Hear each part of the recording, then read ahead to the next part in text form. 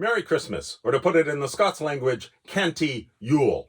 This is the Christmas edition of a label lesson, and today's lesson is about how to find single malt Scotch whiskies that have those flavors we traditionally associate with Christmas or the holiday season. So flavors like Christmas cake, mince pies, echo-feckin' tart, oranges with wee cloves stuck in them, cinnamon, apple pie, flavors like that. Well, there's an easy way to find Scotch whiskies that contain those kinds of flavors. The first thing you look for is the color.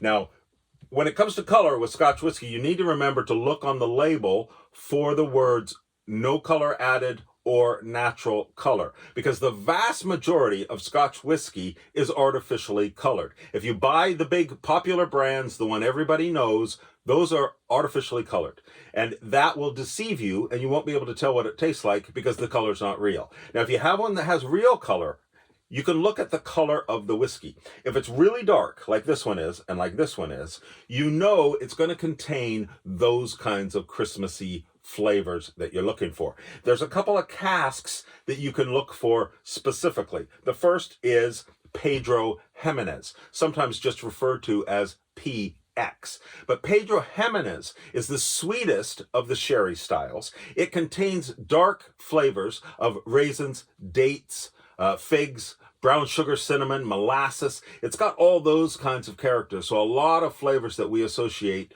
with Christmas food.